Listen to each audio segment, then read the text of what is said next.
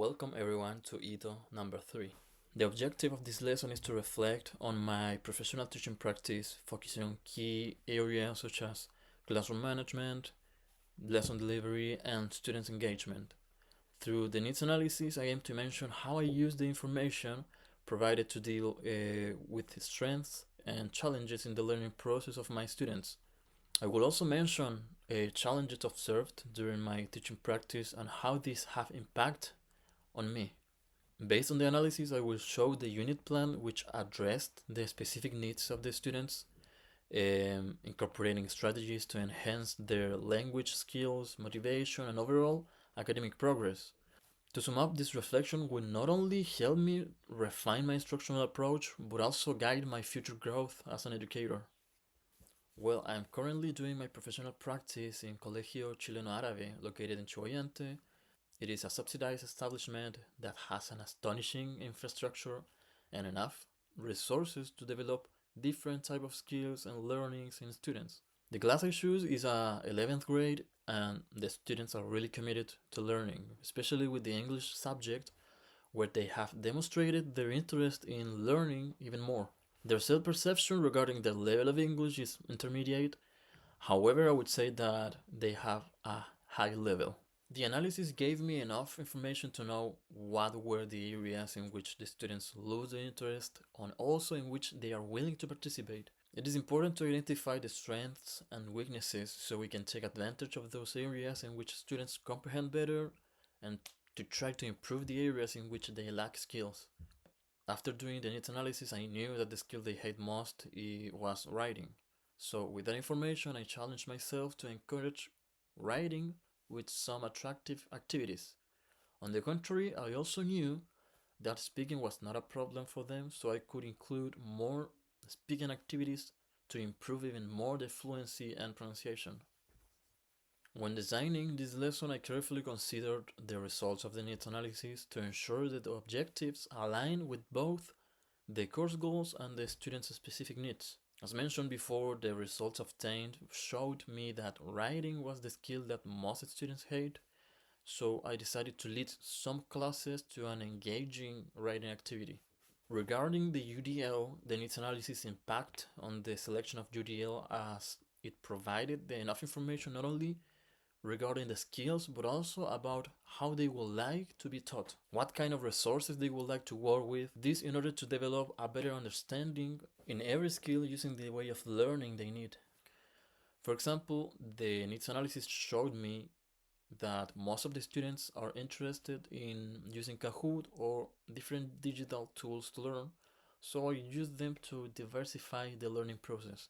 To ensure that the lessons were accessible to all learners, I provided visual aids like diagrams or sentence examples on the board to support visual learners. And also for auditory learners, I use verbal explanations and discussions to reinforce the concepts of the topic we were discussing. Regarding the modality of working, I incorporated pair and group activities to support students who learn best through interaction and collaboration.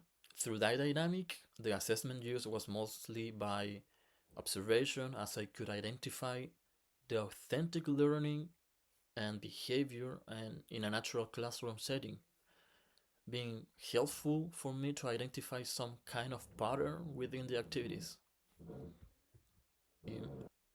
While planning, I considered several factors identified in the need analysis to ensure all students could fully engage and succeed.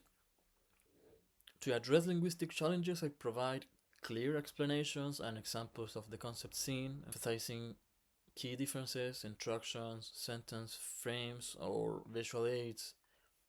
All this to support students with varying levels of English proficiency. Culturally, I selected environment and technology as the central topic, recognizing its relevance and familiarity to teenagers, which helped to create a more engaging learning environment, and the activities were designed to encourage students to share their personal experiences or promoting intercultural awareness within the classroom. I consider I successfully addressed key learner needs as students demonstrated progress in participation, comprehension, and skill development.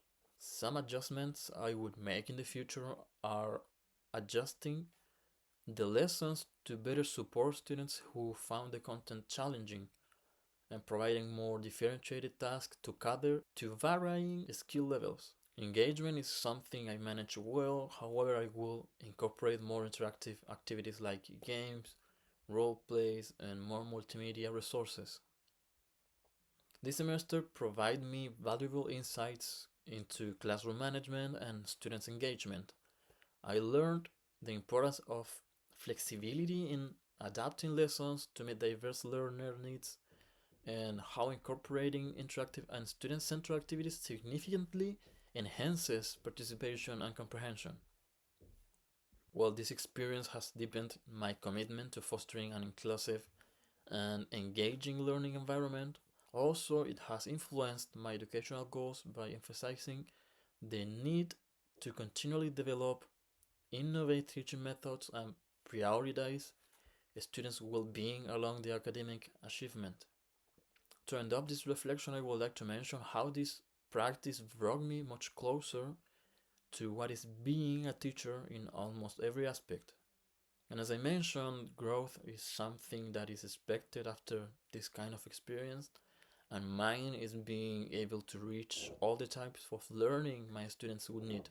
Another goal is to continuously refine my teaching strategies to prioritize active learning, critical thinking, and collaboration. Last but not least, teaching professional practice is key to understand all the requirements, effort, and dedication a teacher should have. Along this semester, I have met many contexts, not only regarding students, but also about teachers, and it is not an easy job. However, knowing how teachers push themselves to improve and to be more effective within the classroom is gratifying and also made me feel inspired by them. Saying that, I appreciate the time watching this video. Thank you.